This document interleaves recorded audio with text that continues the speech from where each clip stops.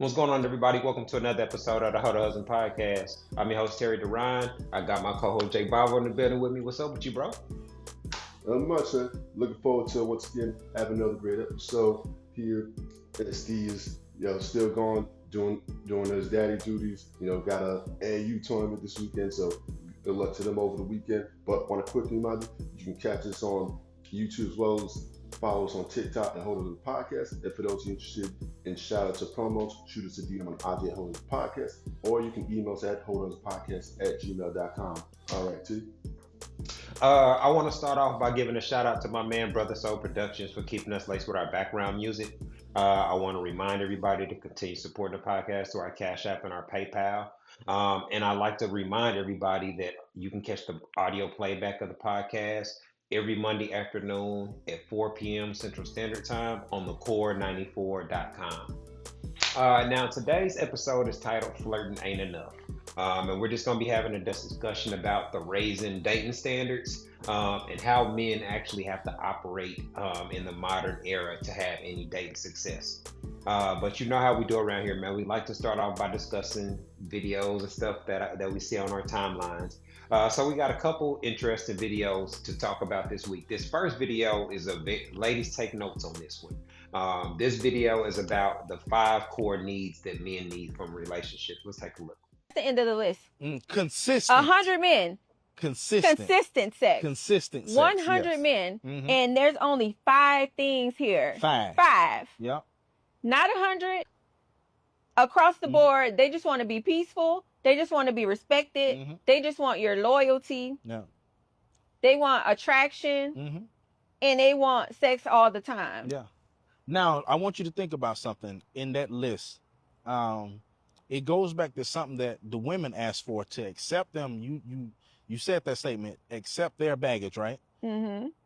Notice how we didn't say that you got to be all of this. We accept you For who you are. if you're willing to just give these few things. Now, I saw this video and it reminded me of the exact same things that my pastor told us when me and my wife were going through marriage counseling. The thing that stood out to me, though, is how simplistic it is. Out of all the men that are surveyed, you see the same things over and over and over again. And the part that's frustrating from a man is we can explain these things. Women can be taught these things. They can see it in writing, and they still won't give it to their man. There's something that comes up that prevents it, and it seems like it's such an easy thing to do to make a relationship work from the female perspective. The consistent sex. We talk about how, men, one of the biggest drawbacks of getting in a committed relationship is it changes the dynamic of the relationship. Y'all was smashing 5 and 6 times a week when y'all was just kicking it, when y'all was just having fun, and then you're in a committed relationship and that drastically drops. And that's one of the major causes of men feeling the need to cheat or feeling the need to get outside validation for the relationship. So this list, it just in general is very accurate, and I would recommend any woman pay attention to it. No question about it. And she pretty made it pretty simple. Like, she didn't put anything, over the top, or that would be complicated for a woman to do. And the number one thing I think most women want in their relationship, I think you can speak to this, you probably wanted it in your marriage, is, respect from the person that you're dating or it's potentially spending the rest of your life with, right? Because without that, I think everything else kind of goes by the wayside if you're not getting respect in that relationship here. But like you said, the biggest drawback is, like you said, getting into the relationship and whole dynamic change, especially the sex part. Yeah, and the respect, it has to be mutual. We talk about in this era that we live in now with the relationship discussions and all that. I've said for years that I think one of the most overused and inaccurately used words from the female perspective is disrespect. Because anything that they disagree with, anything that they don't like, it gets called disrespect. Even when a man can be showing respect to his relationship. Like, for example, a man showing boundaries and respecting his relationship well, it's disrespectful if you like the picture. It's disrespectful if you find someone else attractive. And it's like, hold the hell up. I'm attracted to this woman and I'm resisting my temptation or my natural urges to react on it. That's the very definition of showing respect to a relationship. But they will ignore that just because saying you're disrespecting your woman and all this type of stuff is just a good talking point. Yeah, because it doesn't align with what they believed and what their disposition already was. It's pretty much what it comes down to. And that gets overused, and sassy gets overused. Those are two they almost go hand in hand here, if you think about it, right? Even if a man doesn't disagrees with someone, explains why he doesn't. Oh, you're being sassy. Yeah, that's like I said, man. Part of having success with women or the skill set that men develop is learning how to handle, like you've heard all these type of things before. If you engage with women, whether not even the women you dating, female friends, some co-workers, all this type of stuff, they have these same conversations and you're going to hear the same talking points regurgitated from several different women. And so you just have to be able to call out the nonsense and be able to point to reality whenever you present it with the nonsense. Otherwise, you're always gonna fall victim to the gaslighting that comes from it. Absolutely. Another thing that stands out, and what it speaks to men, like men naturally are minimalist. By nature, men are minimalists. You go to a man's apartment, it's pretty simple. Have a couch, a TV, food or whatever, it's very simple, right? You go to a woman's house and she has a whole bunch of things. I think of the day, hey, if me and a woman move in together, I'm sharing my closet space. I'm probably have to take my stuff and put my stuff someplace else, put it in another room or put some of my stuff in storage here. Yeah, majority of the things that men do is to impress or attract women. And so, like you said, guys by nature are simple. As long as we got some clothes to wear, a couple different pairs of shoes, like we don't have to. Most guys don't have to constantly be buying new clothes and new shoes and new this and new that. Once they get something that they like, most guys are pretty comfortable with it for a long period of time, unless something goes wrong. I've had this conversation, like my wife and daughter had to force me to get rid of my BMW. You know what I'm saying? Like, I'm good with it. You know what I'm saying? Like, but for the family needs an SUV, so I took on the burden of trading in or whatever. But for guys, we simple like that, and that's how we're able to maintain a level of happiness with To us, we don't go around calling it the bare minimum. Like, long as that threshold is met, I'm good with that. Anything above that is seen as a bonus.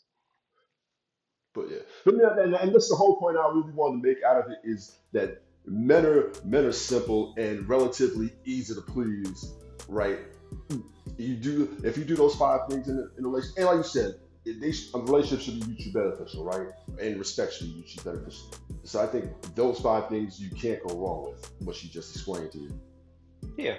All right, let's keep things rolling. Now, this next video, it made me laugh. I commented on it, and I thought it was hilarious because the young ladies in the podcast, they were presenting this new information about how easy it is for women to get sex, as if they were giving women like a life hack. Let's take a look. When I'm really flirty with a nigga, and this has a 92% sex rate, but success rate, after a couple drinks, we both been drinking, I just look him in the eye, I go, you want to fuck me, don't you? Oh. Just look him in the eye, you want to fuck me, don't you? And smile. And hold the silence. Just let it sit. If you say anything after you want to fuck me and you realize you tripped up or you feel naked, it's going to fall. You have to say it. And you gotta be ready to fuck. And you gotta be ready to fuck. You gotta be ready to fuck. You don't ask shit like that. You gotta be ready to fuck right then. I'm gonna try that. Yeah. Now with a new nigga. I'm gonna try that with a nigga I'm already talking to. Okay, now, to me, everything she said is true. Ladies, let me fill you in. If a guy ever shoots his shot at you and asks to take you on a date, he's already decided that he will smash you. That is the very first thing that crosses a man's mind before he determines who he's gonna ask for your number, your Instagram, or whatever the case may be. He's already confirmed that he is willing to have sex with you. So you making a sexual comment or suggesting or asking about sex, you are going to have over a 90% sex success rate if you're doing it with the guy that has already shot his shot at you. So that's what was funny to me. It's like, okay, yeah, obviously no guy's going up to a woman that he would not smash asking her to go on a date. You know what I mean? Like I can't even understand the logic behind it. So to me, this just highlighted how easy the dating world is for women compared to what all the things that men have to learn and deal with and go through just to be able to get to that point. Right. I think, and you speak to this all the time. I mean, they call your line name is what, the communicator. Yeah. So it's a learned skill, right? Because you're finding out, early, and you're finding this early on, especially through your teenage years, early 20s. You're trying to figure out what works and what doesn't work here. With a woman, she never really had to learn that, right? She's used to men approaching her. She's used to men offering her sex. By the time she's 30 years old, she's at least experienced, let's just say, at least 15 years of men approaching her or offering her sex here. So it's not hard for women at all. And they can turn down men anytime they want to. For a man, I think it's harder for a man to turn down sex. It's easy for a woman to turn down sex. It's kind of harder for a man because it's not unless you're successful women, you're a celebrity. Yeah, you just I was about to say at your disposal. Most guys can't, because you're right. Yeah. There's a scarcity component to it. You don't know when you're gonna get it again. You don't know if what I'm saying. Like for most guys, sex is a very rare commodity, especially with the numbers that we're seeing now with the virginity rates and the guys that haven't had sex in the past year. All these type of things. I can't even believe they stats really. You know what I mean? Like I thought once you got 15 or 16 and engaged with chicks, you stayed on a consistent path or whatnot. But some guys never get on that. They 20 and 30-year-old virgins, and there are a lot of reasons why. But being able to create scenarios where you even have the opportunity for things like this to happen is what I figured out. Like, all right, we need to get girls that we find are attractive. We need to be alone at somebody's house or apartment or whatnot. We need to have some drinks. We need to probably have some weed. And the go-to move is truth or dare. Like a truth or dare game is like the base level of setting something off romantically or sexually, especially if it's more than one, more than one of each sex. So that was kind of where I started with it. I was the king of truth or dare. You ask a couple truths to get the game started, get everybody comfortable. And then you start escalating the dares to be more and more physical and sexual. And naturally, you kind of get the flirtation, and you can figure out who's attracted to who as just off the body language and reading the room. So if you, like I said, when you have wingmen and guys that understand the concept and what everybody's end goal is, you tend to have more success. But women obviously never have. I guess unattractive women have to put in work or learn different things. But if you're an attractive girl, doing what they said in the video is going to work for you almost 100% of the time. Yeah. I don't even think you even have to necessarily be overly attractive per se. Even if you're just, I'm just going to say, decent to average here, I think you'll still have some successes. I think you'll still have men.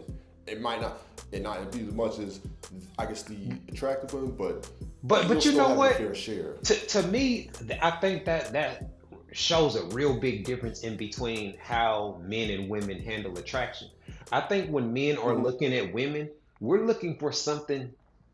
We can focus on one thing about her that we do find attractive and operate off of that.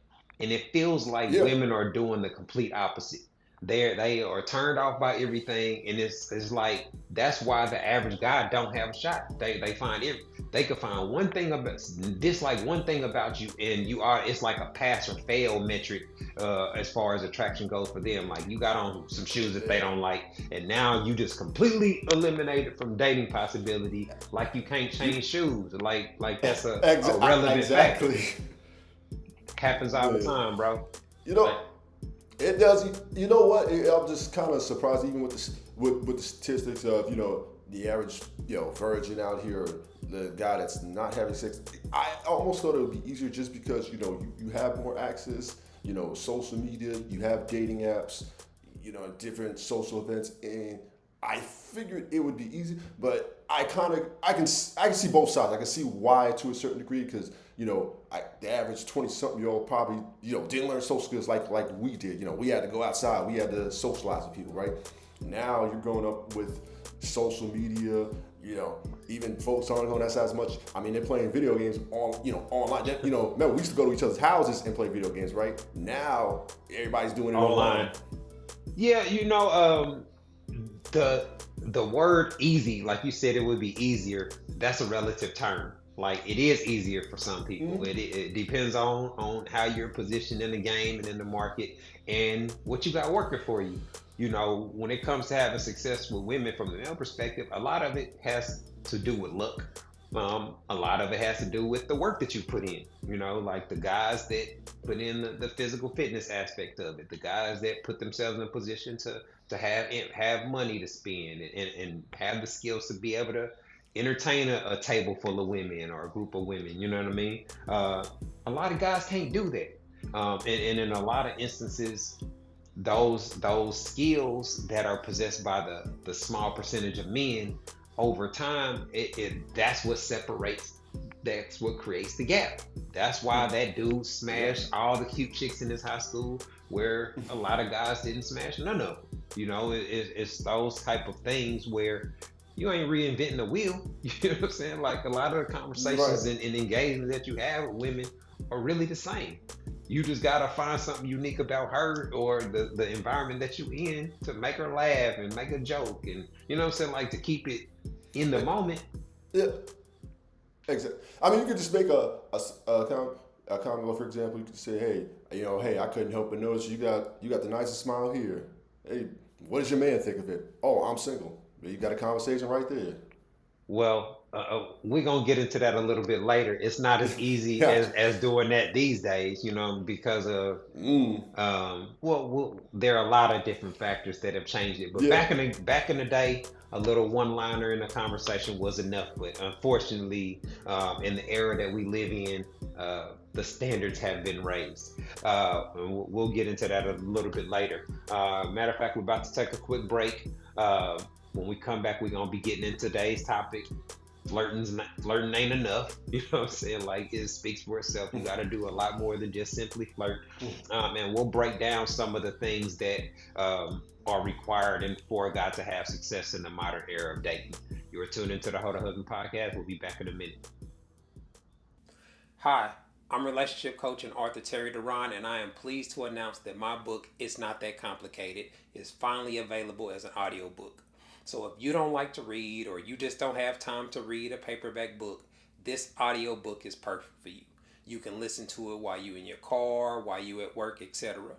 In the book, I break down how husband material men think and operate in regards to sex, love, and relationships, and I provide real quality insight on how husband material men approach dating. The audiobook is available on audible.com and on iTunes. All you have to do is go to one of the websites and search for my name, Terry Duran. Go download your copy today.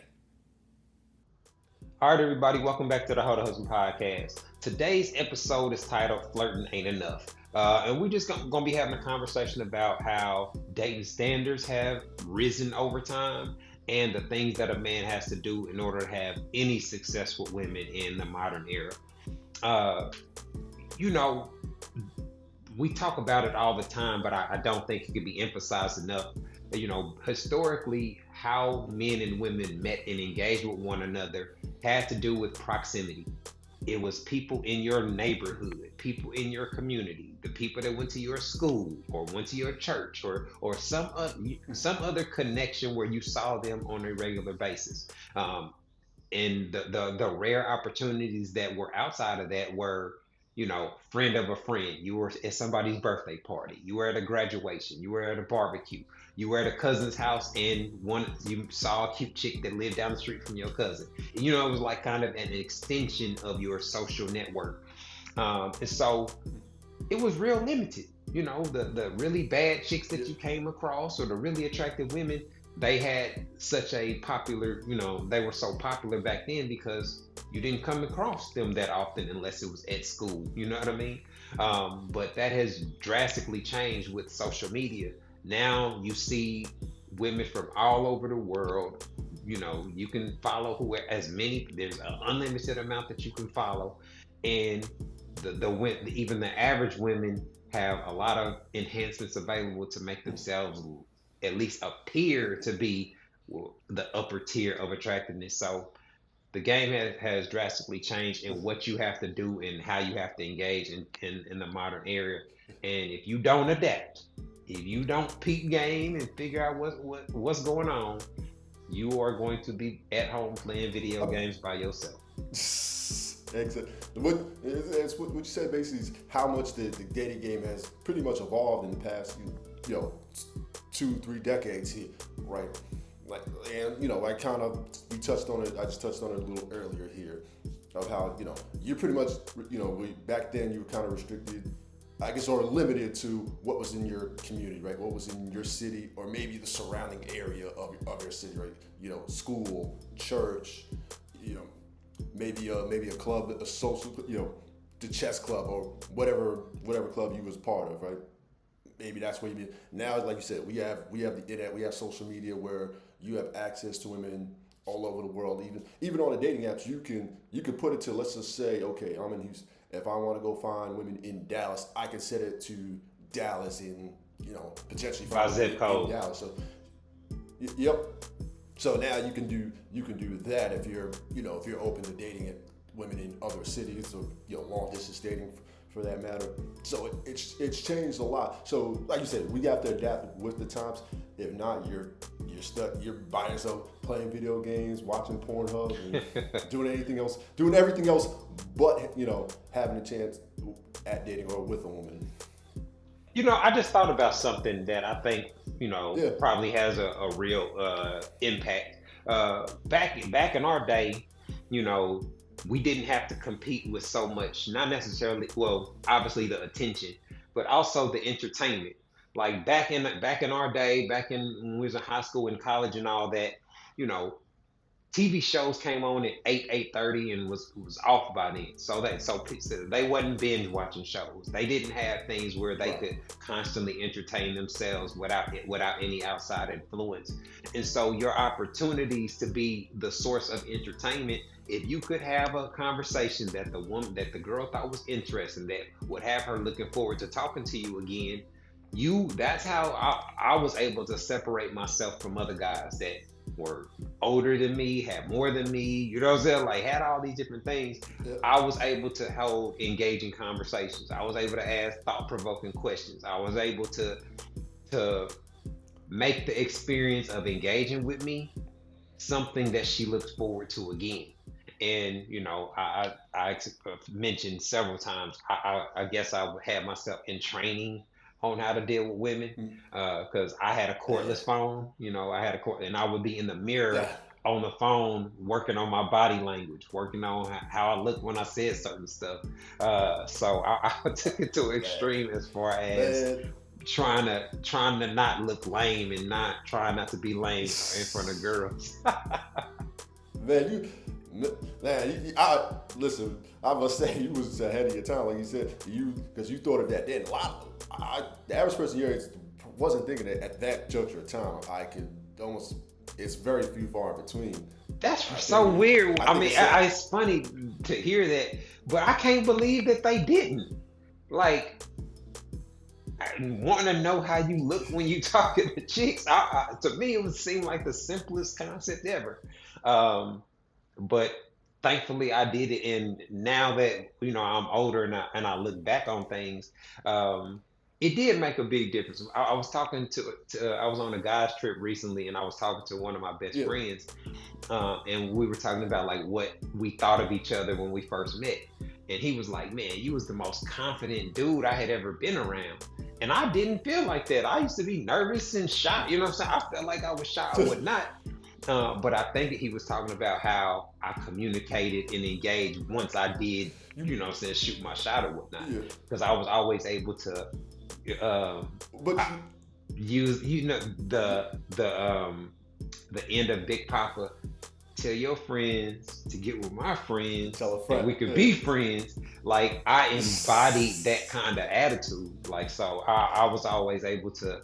My homies liked it when I'm the one that go shoot my shot, because I can get the group of chicks back to the crib, or get it, you know what I'm saying, get them to come sit with us and this type of stuff. So every clique need one, and when you have one of them dudes in your clique, man, what they say, rising water lifts all boats. Even rising tide lifts all boats. Yeah, even the shy dude in the clique can end up getting some, or having a one night stand type vibe off of the strength of his homies. But you kind of just touched on it at the beginning of what you said, right?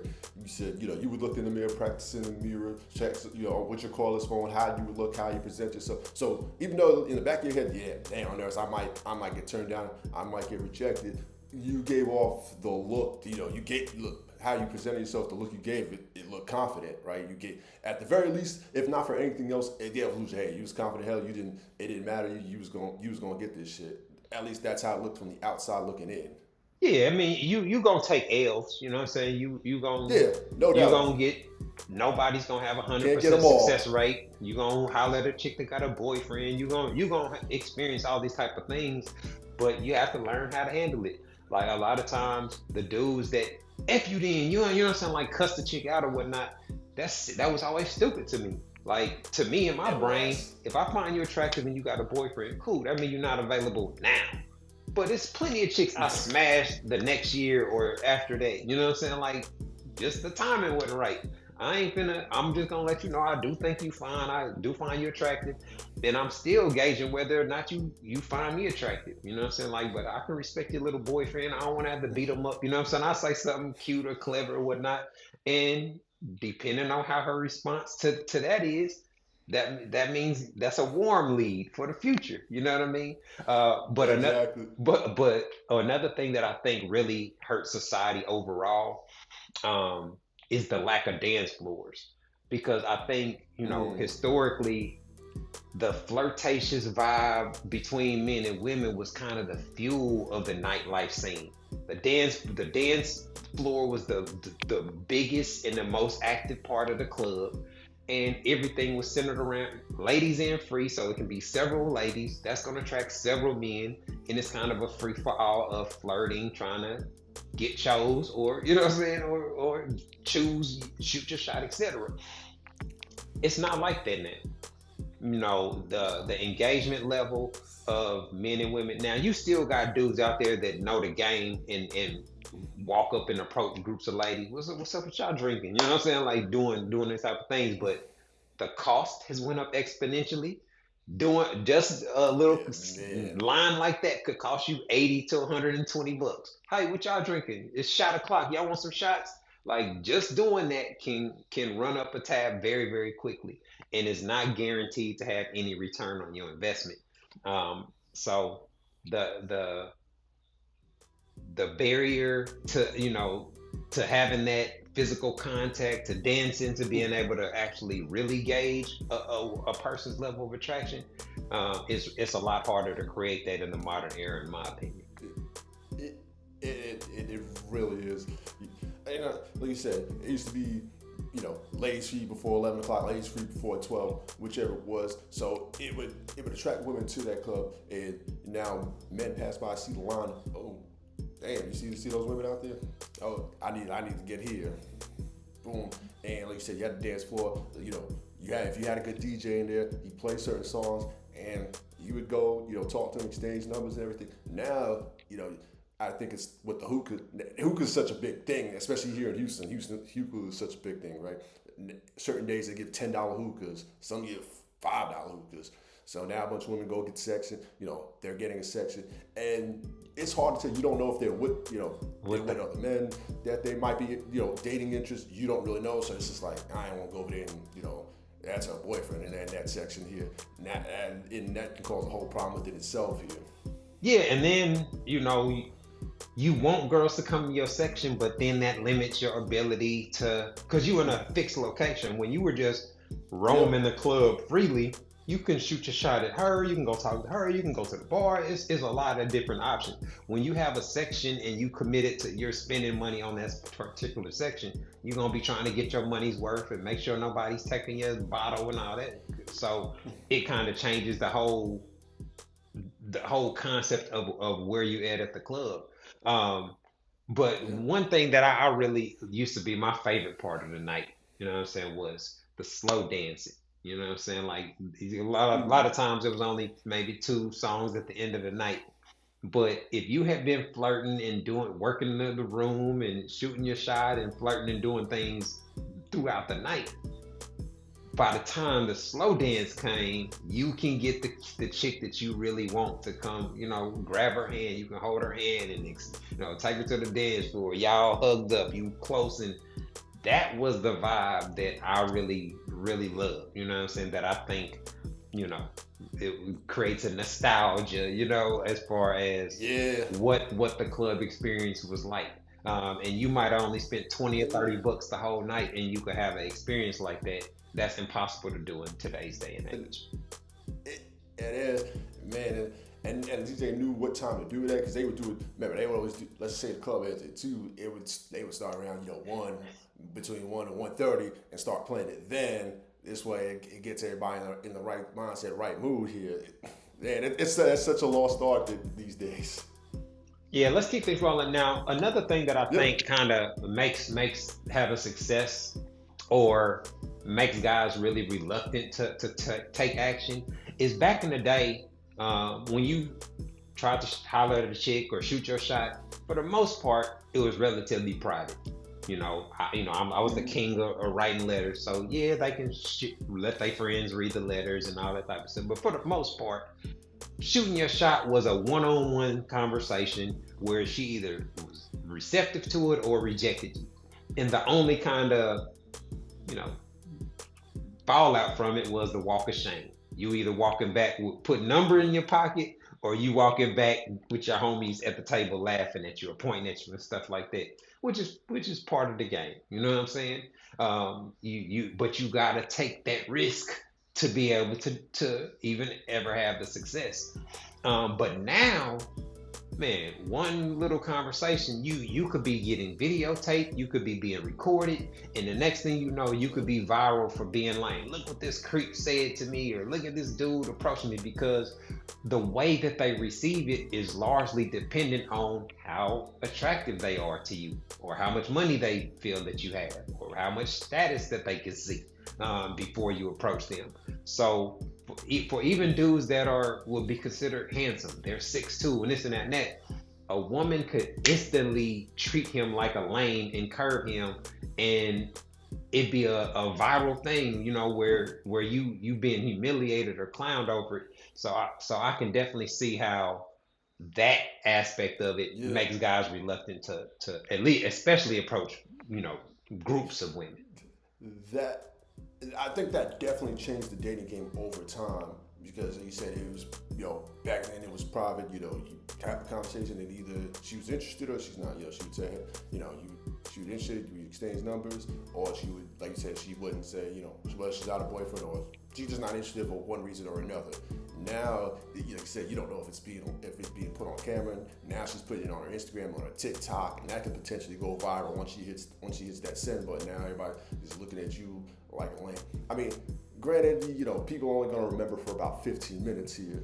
Move on to the next thing here, but it's just nobody wants to face public humiliation, public embarrassment for something like that. So, and I'm seeing now, you're starting to see videos go viral where women are complaining, damn, the men aren't approaching anymore because of that. That's why right there. They're like, you know what? The hell with this. Then I'm not gonna approach you at all. And now the same women are complaining. Well, you're seeing videos. There's whole platforms, whole videos going viral about that now. Right, and it feels like they just want guys to reject. because we see all the math. All the women want the top 10 and 20% of guys, and the 80% of guys that are shooting their shot and offering them dates, they're just going for free food or just for something to do to try to make the dude that they really like jealous. These type of things where it's like it feels like women are not really approaching dating in good faith. You know what I mean? Like it feels like it's a effort to, if I can't get one of the rich and famous dudes that I really want, then they're annoyed with anything that the guy does. Everything is the bare minimum. Everything is beneath their standard. And it's like, damn, man, it's a brutal world out there, man. Because it's like it diminished the value of a guy having charm and personality to where it's like all about what you can afford and what the lifestyle you can provide. It has it's devalued it greatly. There's something I want to say is I'm starting to see videos about this where men are saying dating is stuff. Some men are checking out where they're saying dating is becoming a zero-sum game, where it's basically like, I guess for a woman, with zero-sum games, basically like, hey, heads I win, tails you lose, and that's how men are starting to see. What you just said, men are starting to see like, what's the point if I'm not getting anything out of this? Right. What I can do for her. Go ahead. To me, I'm married, so I guess my opinion ain't really valid for this, but I don't see how I could ever, as a man, be like, nope, I'm no longer flirting with women. I'm no longer engaging with women. Like that's like we said earlier. Majority of the things we do are for female attention and all that. Like, if ain't no girls there, then why am I coming, bro? If it ain't no meeting or no organization or no like business being handled, I don't want to hang around no just bunch of dudes. You know what I'm saying? Like, unless we doing something that's guy related, even a fight party, I want a girl sitting in between. You know what I'm saying? Like when my wife helps facilitate a gathering or something, like her friends being there and having women in the room and different conversations, that's what makes the social thing flow. Like, for those dudes that just check out on dating altogether, like, to me, that's a weak attitude. Like, bro, nah, that ain't the move. That ain't the attitude. I agree with that. I always look at for me, and I'll speak to myself here. For me, if something didn't work, I'm always gonna look back and say, okay, well, what did I do wrong here? What can I improve on? I will work on that and just be better for the next hour or the next person that I date. Hey, maybe we just weren't compatible. Maybe it just didn't work for one reason or another here. But I'm always gonna look at, okay, what could I have done in that situation?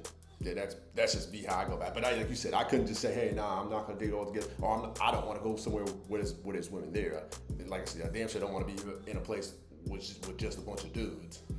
Yeah, I can understand. I guess how do you internalize failure? Some guys are gonna be motivated by it and try to improve themselves, but there comes a certain time where you have to just, as a man, you have to realize, and we can see it, most women do not have the ability to identify quality needs.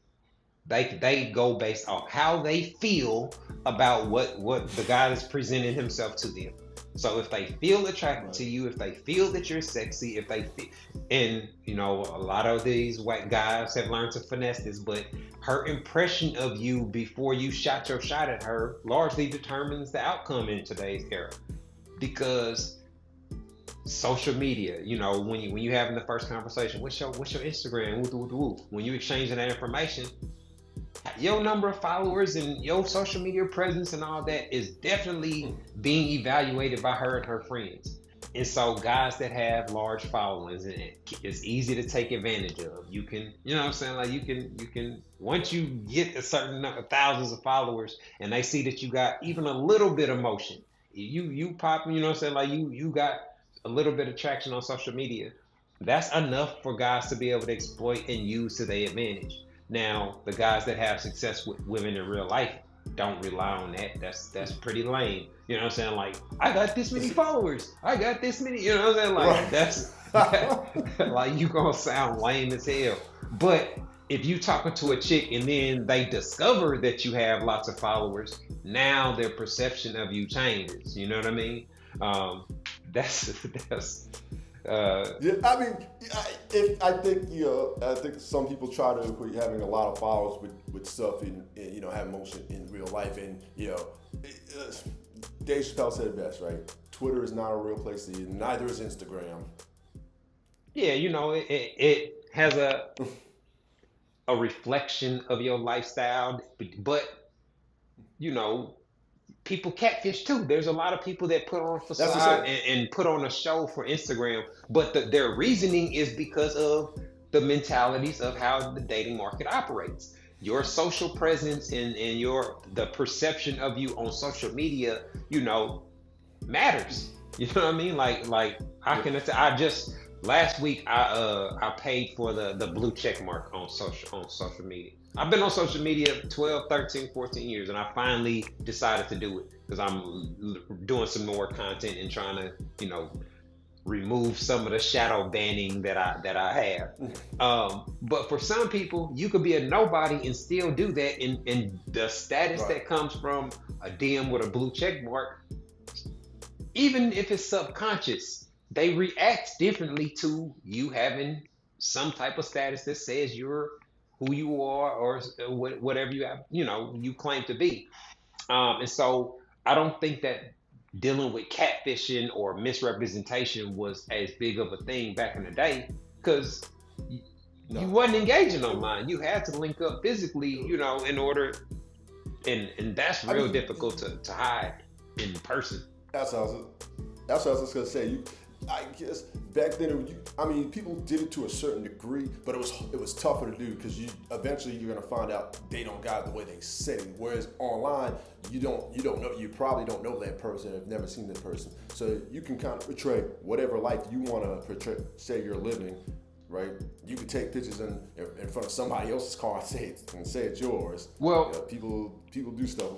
That works towards trying to hook up or smash. That is not a tool that you can use to have long-term dating success. So when guys are out of town, you go on a Daytona weekend or whatever, Miami, you can set up a facade story. Hey, we all football players and such and such, you know what I'm saying? And based on your size and you can have something like that preset. You can have fake names set up. You can do stuff for that weekend or for, when it's short-term engagement. But that's never going to really lead to long-term dating success or a real relationship. But one thing that that the way that women choose guys now, back in the day, I remember there would be a lot of situations where the initial conversation with the girl changed her perception of you.